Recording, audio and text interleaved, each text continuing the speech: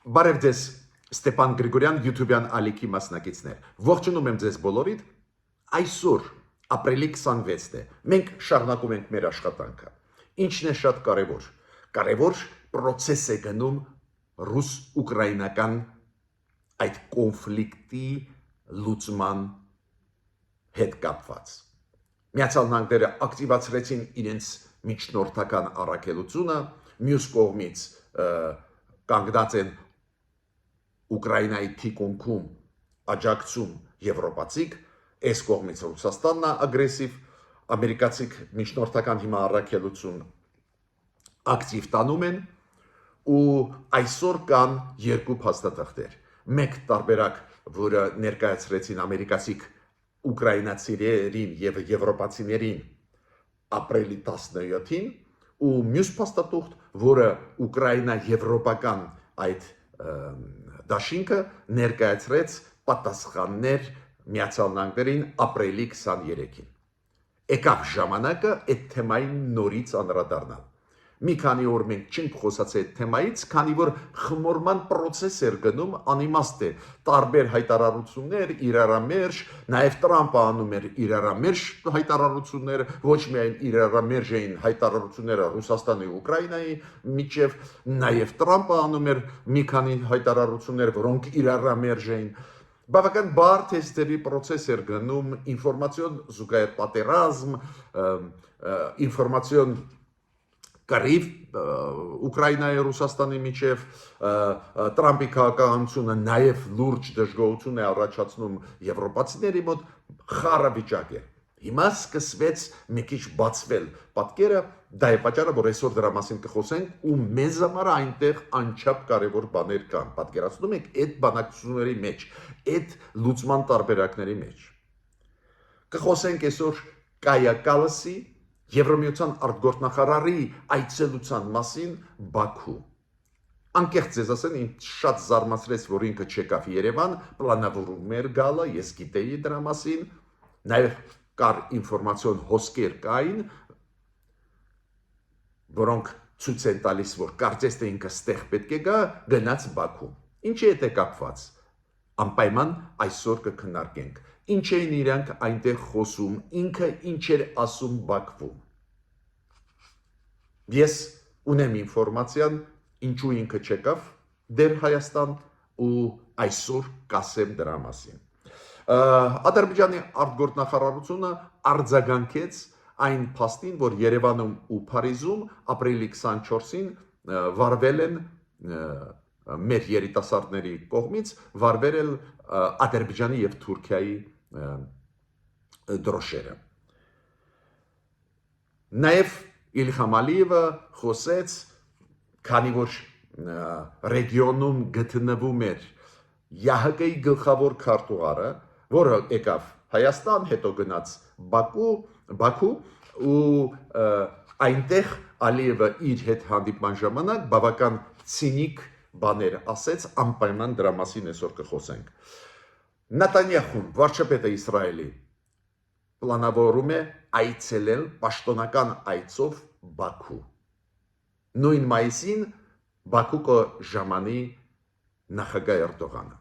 Բաքուն կարողացավ բավական ակտիվ քաղաքականություն արտաքին վարել ու մենք տեսնում ենք այս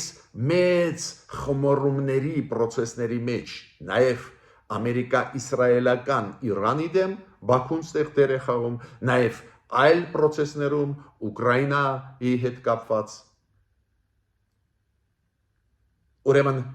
այսօր քննարկելիք հարցերը լուրջ են, շատ են։ Ես մեկ հարցից ուզում եմ այսօրվա իմ ելույթը սկսել։ Դուք գիտեք, որ կա ԱՊ երկրների կազմակերպություն, դժբախտաբար Հայաստանը դեր ԱՊ երկրների կազմակերպության անդամ է, հիշում եք 12 երկիր մտնում էր ԱՊ երկրներ, Վրաստանը, Ուկրաինան դուրս եկան, գրեթե դուրս եկավ Մոլդովան ու չի մասնակցում, մնացին 9 երկրներ, 5-ը կենտրոնական ասիական երկրներ, Ռուսաստանը, Բելարուսը, Ադրբեջանը ու Հայաստանը։ Ինչ գործ ունի Հայաստանը այս կազմակերպության մեջ ես մինչև այսօր էլ չեմ հասկանում, Բայց լավ է որ գոնե վերջի ժամանակներս շատ ու շատ միջոցառումներ ԱՊ երկրների մերոնք անտեսում են ու հիմա նայեք ինչ կատարվեց ու մենք միշտ ասում ենք այնտեղ ոչ մի լավ բան մեզ չի սպասում որտեղ որ Ալիևը, Լուկաշենկոն, Պուտինը, Ռախմոնն է ուրեմն ԱՊ երկրների շրջանակներում որոշում ընդունվեց երրորդ սպորտային խաղերը ԱՊ երկրների անցկացնել Ադրբեջանում Ես չգիտեմ ոնց են որոշումները ընդունում, ինչքան գիտեն կոնսենսուսով, ուրեմն Հայաստանն էլ տվեց համաձայնությունը, ինչքան ես գիտեմ, ու որոշում ընդունվեց երրորդ խաղերը սպորտային անցկացնել Բաքվում։ Միտը մերոնք չէին կարող կրահել, որ Ադրբեջանը անպայման սադրանք կազմակերպի։ Այդ խաղերը պետք է անցնեն մոտ ժամանակներս, պետք է անցկացվեն Բայց Բաքուն հայտարարեց, որ 6 քաղաքներում այդ խաղերը կանցնեն։ Քաղաքներից մեկը Ստեփանակերտն է։ Դե իրանք օգտագործում են իրանց բառը Խանկենդի։ Միտքս ինչու՞մ է։ Ինձ հավատացեք, այդ սպորտային խաղերը ոչ մի մերձեցում հայ-ադրբեջանական սպորտսմենների մեջ չեն բերի։ Առաջինը անվտանգության հարցը ես համոզված չեմ, որ կկարողանա ու կուզենա Ադրբեջանը ապահովել։ Երկրորդը դժվար է պատկերացնել մասնակցել սպորտային խաղերին, երբ որ կան հայ գերիներ Բաքվի բանտերում, բայց բացի դրանից ակնհայտ է, չէ՞, Ստեփանակերտից քշեցին հայերին։ Չկան հայեր Լեռնային Ղարաբաղում։ Ու չլուծված դա հարց է։ Ես չեմ խոսում Լեռնային Ղարաբաղի մասին, հատուկ ուզում եմ ուշադրությունը ձեռք դարձնել։ Ես խոսում եմ հիմա քաղաք Ստեփանակերտի մասին։ Չունեն մարդիկ հնարավորություն վերադառնալ իրենց տները, հայերը։ Ոնց մենք կարանք այնտեղ մասնակցել սպորտային խաղերին։ Պարզ է դա սադրանք է Ադրբեջանի կողմից, ոչ մի հաշտեցում դա չի բերելու։ Իրոք մեր միջև փորձագետները, հասարակական գործիչները, մշակույթի գործիչները, պարզ է այդ կոնտակտները, այդ ծրագրերը այս ուղղությամբ գնալ կան, ես գիտեմ, եվրոպացիք խրախուսում են դա ինչ որ բաների մասին նաև մեր իշխանությունները ասում են, նու խաղաղություն եթե հաստատում ենք, պարզը պետք է սկսվի կոնտակտ հասարակությունների միջև, դա շատ ամեն ինչ հասկանալի է։ Բայց ոչ թե այս պոչից Ստեփանակերտում մասնակցեն, որ հայ սպորտսմենները Ստեփանակերտում, որտեղից հանեցին հայերին, մասնակցեն ինչ-որ միջոցառումների։ Ցավում եմ, որ չենք հաշվարկ անում մեր քայլերում։ Մյուս հարցը կարևորագույն այսօրվա ուզում են միջև անցնել Իլհամ Ալիևի ելույթներին վերջի ժամանակվա, միջև անցնել Ադրբեջանի արտգործնախարարության հայտարարությանը, միջև անցնել Կայա Կալասի հայտարարությունների Բաքվում արված ես պետք է ասեմ, որ շատ լուրջ process է գնում ռուս-ուկրաինական կոնֆլիկտի լուծման հետ կապված։ Ուրեմն երկու կարևորագույն փաստաթուղթ այսօր կա։ Առաջի փաստաթուղթը, որը ամերիկացիք Ուիտկոֆը հատուկ լիազորություններով դեսպան Թրամփի, որը զբաղվում է Ուկրաինայի հարցերով, եւ Մարկո Ռուբիոն պետքարտուղարը տվեցին ուկրաինացիներին եւ ֆրանսիացիներին Էմանուել Մակրոնին ապրիլի 17-ին իրանք գնացին Փարիզ ու հանձնեցին այդ փաստաթուղթը, այդ ամերիկյան տարբերակներ լուծման եւ երկրորդ օրը կարևորագույն ապրիլի 23-ն է, երբ որ եվրոպացիք համատեղ ուկրաինացիների հետ պատասխանեցին այս Ամերիկայի առաջարկություններին։ Իրանց փաստաթուղթը պատրաստեցին։ Ուրեմն կա երկու փաստաթուղթ ապրիլի 27-ին տրված Փարիզում Էմանուել Մակրոնին ամերիկացիների կողմից եւ Լոնդոնում ապրիլի 13-ին, երբ որ եվրոպացիք ուկրաինացիների հետ միասին տվեցին փաստաթղթեր առաջարկություններ նույն պարոն Ուիտկոֆին, որը ապրիլի 23-ին գնաց Լոնդոն։ Այս երկու փաստաթղթերը շատ կարևոր են։ Դու գիտեք, ամերիկյան փաստաթուղթը ինչով էր իմ կարծիքով թերի ինքը չէր բացառում, որ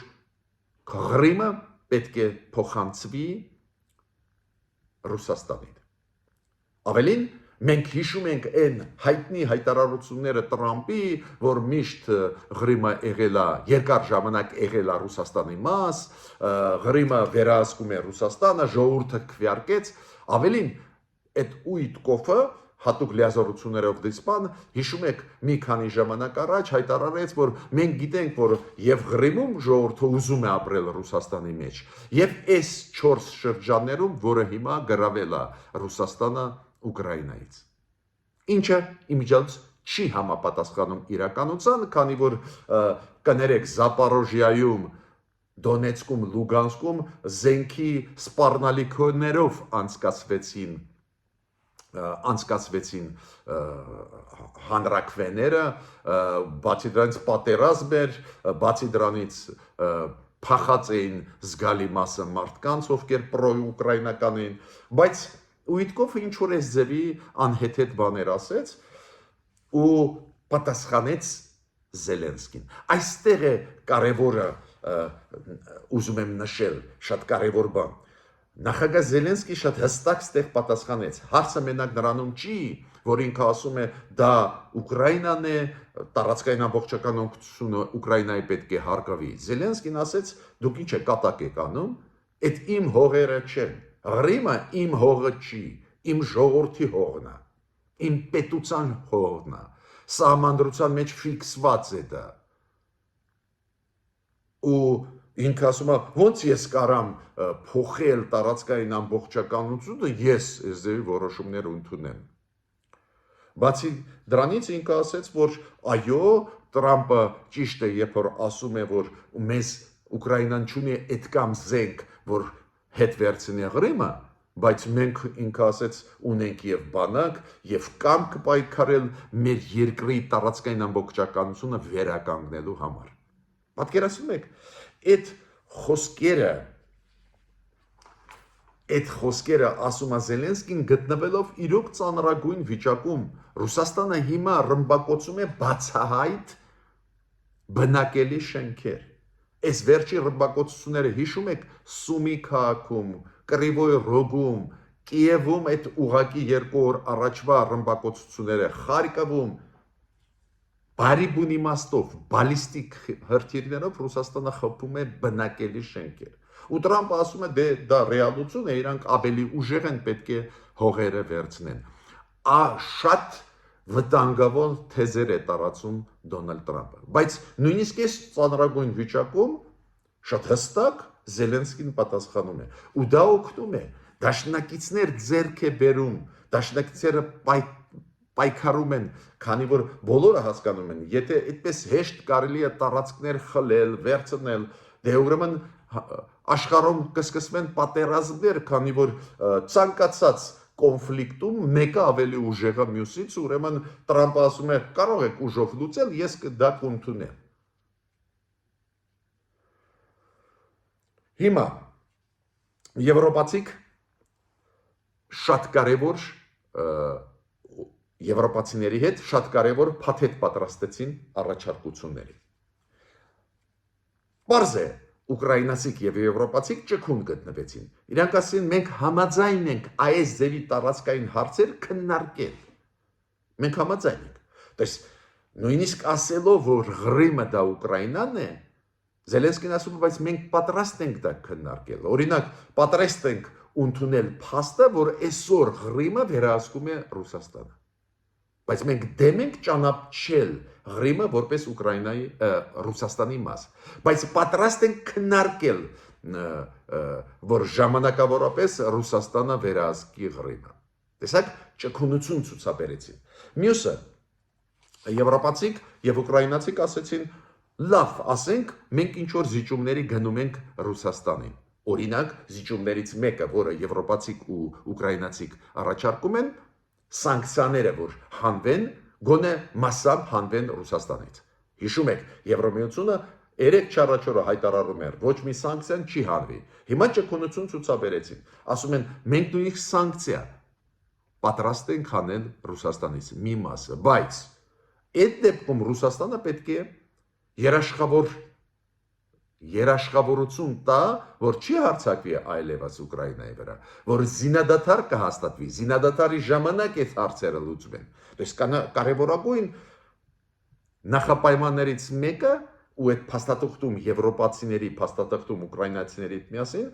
զինադադարի կնքումն է եւ ապահովումն է Ուկրաինայի անվտանգության բաղադրիչների ու բաղադրիչների մեջ մտնում է եվրոպական զորքերի մտցնումը Ուկրաինան ու խաղապահ ուժերի եւ Ուկրաինայի իրավունքը ունենալ բանակ մեծ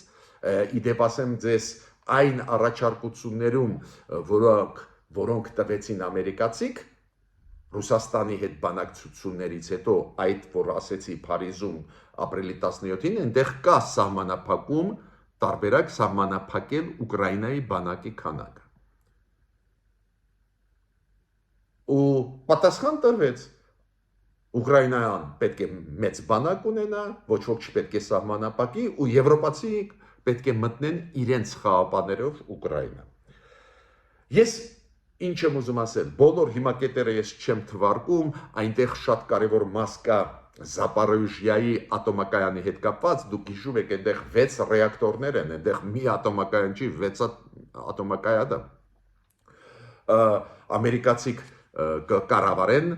այնտեղ կա պայմանագրում որ այդ Զապարոժիա ատոմակայանները ամերիկացիք կառավարեն ռուսներից կվերցնեն ու հոսանքը կտան եւ Ուկրաինային եւ Ռուսաստանին այնտեղ էլի նյուանսներ կան բայց նայեք ոնց են պայքարում իրանց շահերը առաջ տանելու ուկրաինացիք եւ եվրոպացիք ովքեր աջակցում են Ուկրաինային իրանք ասում են զինադադար պետք է ֆիքսվի պատերազմի ընթացքում ոչ մի բանի մենք համաձայնության չենք գա քանի որ Ռուսաստանը անընդհատ ռմբակոծում է ու ստիպում է ու թույլատնում է Ուկրաինան որ ամեն ինչի համաձայնվի կապիտուլյացիայի չենք գնա Զինադադար պետք է լինի։ Զինադադարից հետո համաձայն կլինենք եվրոպացիք կհամաձայնվեն մի մասը սանկցիաների հանել։ Բայց դրա դիմաց դու պետք է երաշխիքներ տանք անվտանգության Ուկրաինայի։ Երաշխիքների մեջ կմտնի նա, որ Ռուսաստանը կհամաձայնվի, որ Ուկրաինան մեծ բանակ ունենա ու չի պահանջի որ չունենա Ռուսաստանը կհամաձայնվի որ Ուկրաինան Եվրոմիության անդամ իրավունք Ռուսաստանը կհամաձայնվի որ Ուկրաինան իրավունք ունի դառնալ Եվրոմիության անդամ ՆԱՏՕ-ի հարցը հիմա երկրորդ պլան են մղում բայց դուք գիտեք Ռուսաստանը նաև կտրականապես դեմ է որ Եվրոմիության անդամ դառնա Ուկրաինան տեսեք ես թվարկեցի մի քանի հարցեր որոնք շոշափվում են նույնիսկ ճկունություն ցուցաբերեցին եվրոպացիք ուկրաինացիք տարածքային հետ հարցերի հետ կապված համաձայնվեցին կանգնացնել զորքերը այսօրվա դիրքերում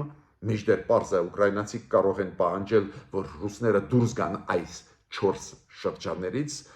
որոնք մասամբ օկուպացրել են այսա գնում է process-ը ուստեղ ես պետք է ասեմ որ այս երկու փաստաթղթերից հետո ֆիքսված դրանից հետո Ույեդկովը դուք գիտեք 3 հանդիպեց Պուտինի հետ Տրամպը նորից հայտարարեց որ շատ օգտակար լավ հանդիպում էր Պուտինի օգնական Ուշակովը ասեց հա շատ լավ հանդիպում է մենք առաջ անցանք այս մեր հարցերում ես պետք է ասեմ որ ամեն ինչ կարող է փոխվել մի ժամ հետո մի օր հետո քանի որ Ռուսաստանի հավատալ դժվար է Ռուսաստանը անընդհատ հայտարարում է որ պատրաստ է խաղաղության ու ռմբակոծում է բնակելի շենքերը Ուկրաինայում Տրամպը չի արձագանքում հա մեկ կոշտ բարերը ասում մենք քայլեր կգործադրենք Պուտինի դեմ ուղված բայց պարզ երևում է որ Տրամպը պրոպուտինյան քաղաքականություն է վարում Տրամպը իմիջիայլոց ասեց որ կարող է Զելենսկու հետ Հռոմում կհանդիպի այս թաղման արարողության ժամանակ այսօրվա Հռոմի պապի գնում է մեծ process գլխավոր միտքը որը ես ուզում եմ ասել որ Ուկրաինան իր պայքարով ձեռք բերեց լրջագույն դաշնակիցներ իդեմս Եվրոմիությանը, իդեմս Ֆրանսիայի, Գերմանիայի, Մեծ Բրիտանիայի, որոնք ուղղակի հիմա փրկում են վիճակը Ուկրաինայի պաշտպանելով։ Բացի դրանից Եվրոմիությունը նորից հայտարարություն արեց ու Եվրոմիության կառավարությունը, Եվրոհանձնաժողովը, որ տարածքային ամբողջությունը Ուկրաինայի չի կարող սակարկվել։ Հիմա բացի դրանից մեկ process շատ լուրջ գնում է, Ուկրաինան ճկունություն ցուցաբերեց, մեմորանդում ստորագրեց մեկ շաբաթ առաջ Միացյալ Նահանգների հետ, որ իրանք համատեղ կօգտագործեն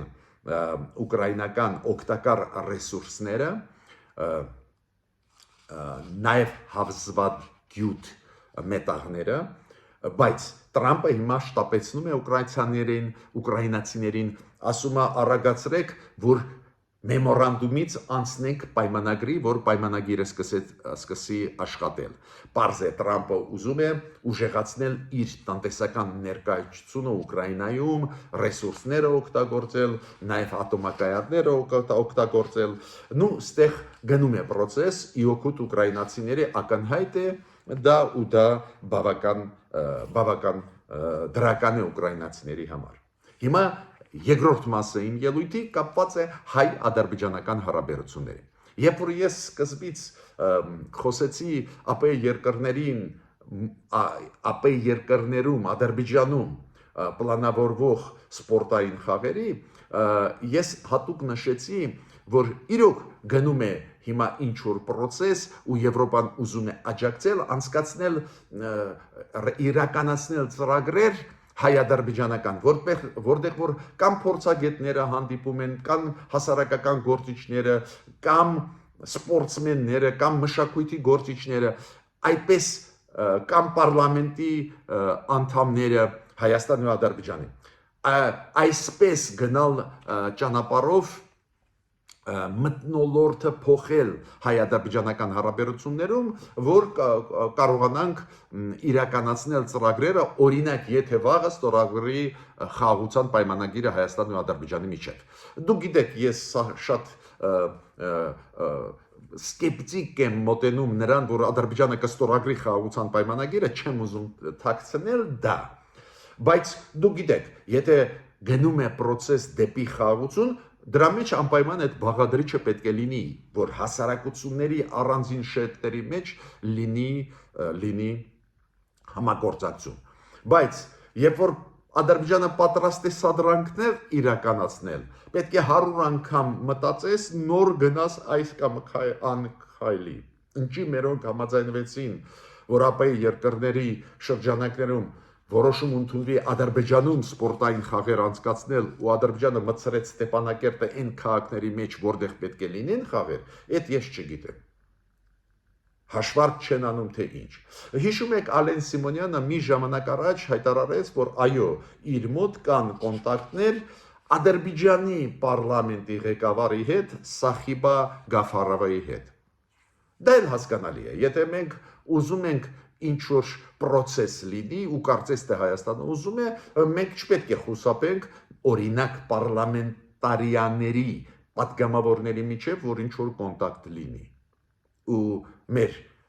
նախագահ ազգային ժողովի Ալեն Սիմոնյանը հիշում եք պատմում էր, որ ինքը այո Սանկտ Պետերբուրգում վերջին նիստերում միջպարլամենտական ասամբլեայի ԱՊ երկրների խոսացել է Գաֆարովի հետ։ Միտքս ինչու՞մ է կայանում։ Այո, ես չեմ ասում դեմ եմ այդ կոնտակտերի, ուրիշ հակառակը նորմալ մարդիկ պետք է մենք խրախուսենք այդ process-ը, որ մի բան ստացվի, որ խաղաղություն հաստատվի այս ռեգիոնում, Հարավային Կովկասում, բայց պետք է հաշվարկ անես։ Ադրբեջանը պատրաստ է սադրանքների, պատրաստ է մեզ ծանր վիճակի մեջ դնելու։ Հիմա պատկերացրեք, այդ սպորտային խաղերը պետք է անցկացվեն Ադրբեջանում ու Հայաստանը վերջում հրաժարվի։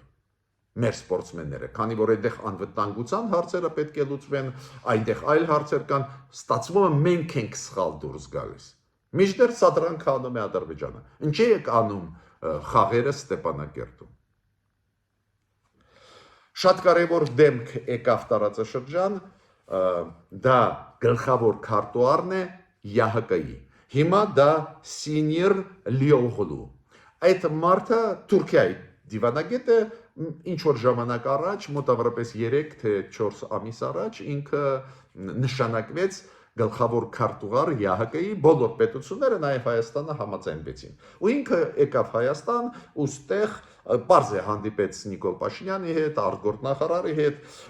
ու ինքը ստեղ հայտարարեց, որ կա հիմա շանս խաղաղության օրակարգով շարժվելով խաղաղության հասնել, ինքը ստեղ ասեց, որ Հարավային Կովկասը անչափ կարևոր ռեգիոն է ԵԱՀԿ-ի համար, շատ ստրատեգիկ մեծ նշանակություն ունեցող է,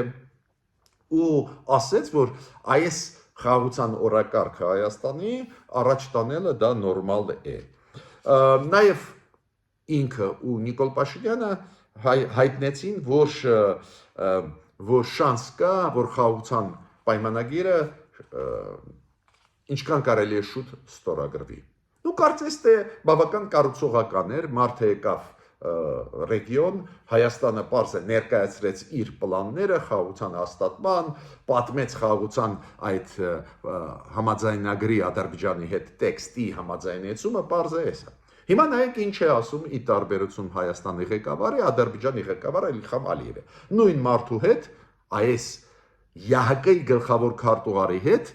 Ալիևը հանդիպեց։ Ու ինքը սկսեց խոսել, ոչ թե խաղաղությունից, այ ասեց ժամանակը եկավ այդ ձեր ԵԱՀԿ-ի Մինսկի խումբը ցրել ու բոլոր ինստիտուտները, որոնք ծնվեցին ԵԱՀԿ-ի Մինսկի խմբի շրջանակներում, բոլորը պետք է ցրվեն, քանի որ մնաց նախկինում կոնֆլիկտը, ու ասում է հայ-ադրբեջանական կոնֆլիկտը, չի օգտագործում Ղարաբաղի կոնֆլիկտը բառը։ Ադրբեջանը կարողացավ, ինքը ասեց, ռազմական եւ քաղաքական մեթոդներով լուծել այդ հարցը։ Խելսինկյան եզրափակիչ ակտի շրջանակներում համաձայն, այստեղ բառեր ասեց։ Դուք գիտեք, որ Խելսինկյան եզրափակիչ ակտում, եթե կարդաք, այնտեղ հստակ ֆիքսված է կոնֆլիկտները չեն կարող լուծել բռնի ուժով։ Նույնիսկ եթե ճիշտ է, այդ կողմը իրավունք չունի ուժով պատերազմով լուծել։ Ալիևը ասում է, չէ, մենք հենց լուծեցինք ռազմական եւ քաղաքական մեթոդներով Ղարաբաղի հարցը, դե ինքը ասում է հայ-ադրբեջանական կոնֆլիկտը լուծեցինք։ Մենք ապահովեցինք մեր տարածքային ամբողջականությունը, սուվերենությունը։ Ինչ եմ ուզում դրանով ասել։ Ես չեմ տեսնում փապկացում Ալիևի հռետորաբանության մեջ, չեմ տեսնում փապկացում նույնիսկ եթե հավատանք իրան, որ ինքը լուծեց Լեռնային Ղարաբաղի հարցը։ Տեսեք, նույն ԵԱՀԿ-ի գլխավոր քարտուղարի հետ ինչի մասին ինքը խոսում էր։ Ոչ թե խաղաղության պայմանագրի մասին, որ պետք է ինքը ստորագրի ու չի ստորագրում, այլ իր օրակարգը առաջ է տանում, որը իր մեջ մեզ համար պարունակում է վտանգներ, ասենք հրաժարվել Մինսկի խումբից ԵԱՀԿ-ի։ Կայա Կալասը Անկես ձեզ ասեմ, ես ունեմ ինֆորմացիա, որ Կայա Կալասը չեկավ դեռ Երևան տեխնիկական պատճառներով։ Չեն կարող համաձայնեցնել օրակարգերը։ Ես այդ ինֆորմացիա ունեմ, բայց ճիշտը ձեզ ասեմ, պեսիմիստորեն եմ այդ ինֆորմացիային վերաբերվում։ Կայա Կալասը ակնհայտ է, պետք է գար առաջինը Հայաստան։ Ինչու պետք է գար առաջի հերթին Հայաստան։ Նույնիսկ եթե չգնար Բաքու։ Ժամկետների իմաստով պետք է գալ Հայաստան, հետո եթե ուզում էր առանձին գնար Բաքու, եթե ուզում էր ռեգիոնալ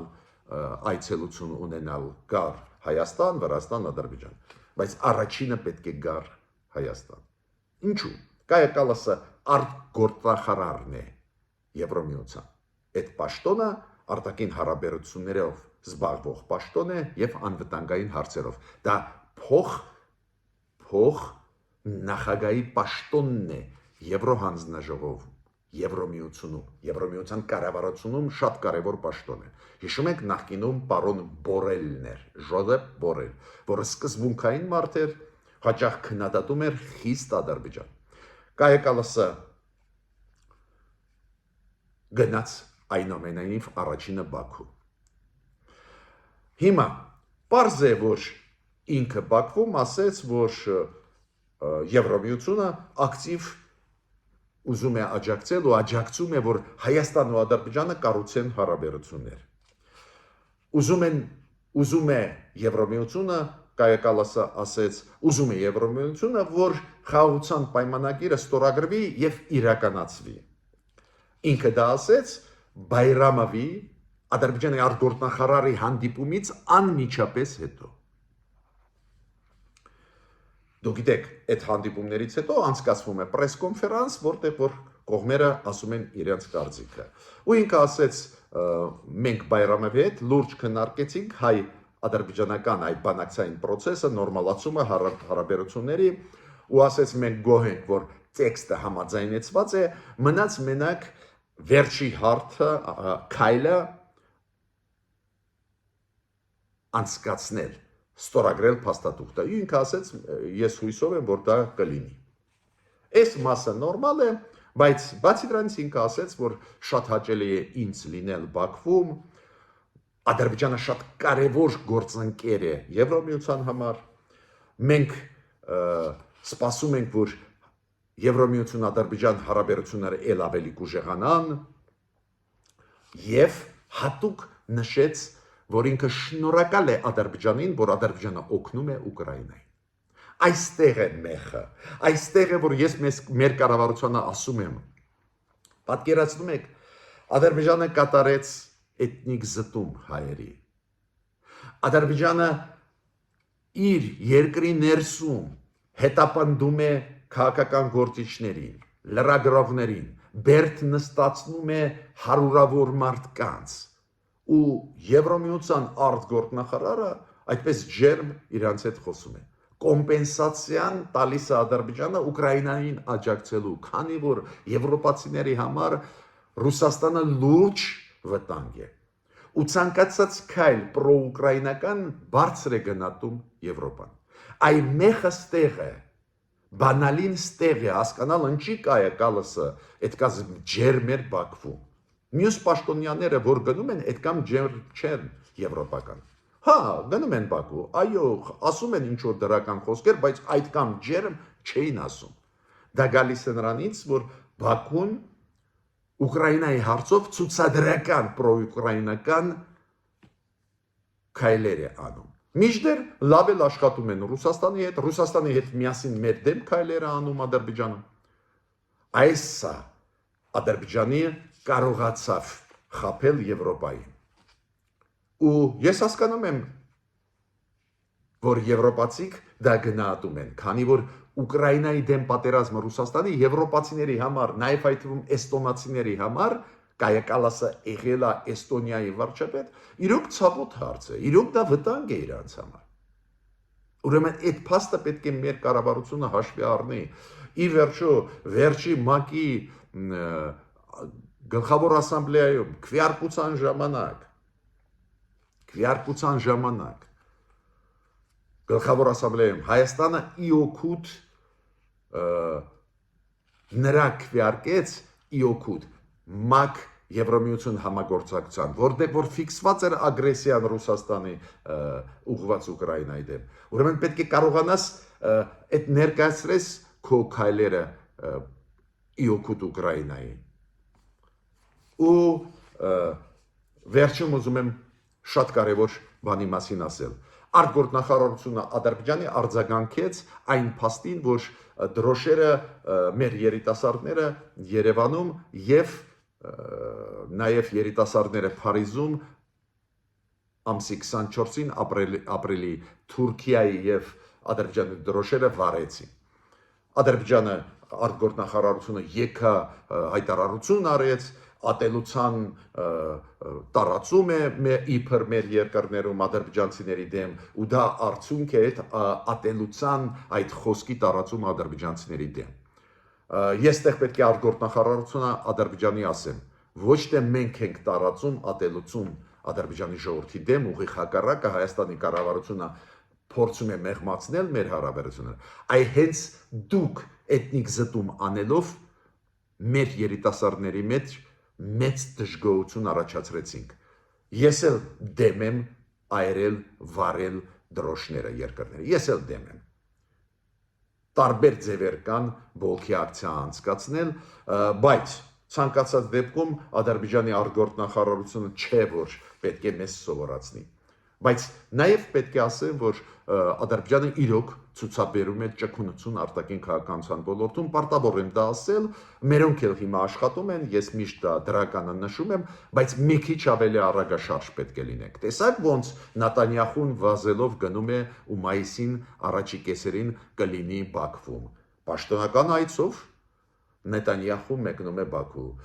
Մայիսին կլինի Էրդողանը։ Դες անընդհատ ակտիվ գործում է Ադրբեջանը։ Մենք էլ ակտիվ ենք գործում, բայց էլ ավելի պետք է ակտիվացնես։ Ակնհայտ է, որ Միացյալ Նահանգների հետ չեն կարող լեզու գտնել ադրբեջանցիք։ Ալիևը չգտավ իրանց այդ լեզու, վազելով գնաց Չինաստան, էլի ինչ որ փաստաթուղթ կարևոր ստորագրեց։ Ուրեմն ամերիկացիների հետ մերձեցումը արագացնել է պետք։ Ես ավարտում եմ իմ այսօրվա ելույթը, մեր աշխատանքը անչափ կարևոր է, խնդրում եմ բաժանորդագրվել, կիսվել, լայքել, դուք տեսնում եք ինչ դաժան պայքար է գնում նաև ինֆորմացիոն դաշտում, ու եթե դուք ուզում եք որ ակտիվ զարգանա մեր YouTube-յան ալիքը, դուք պետք է ակտիվ բաժանորդագրվեք, կիսվեք, լայքեք։ Միջ նոր հանդիպումներ։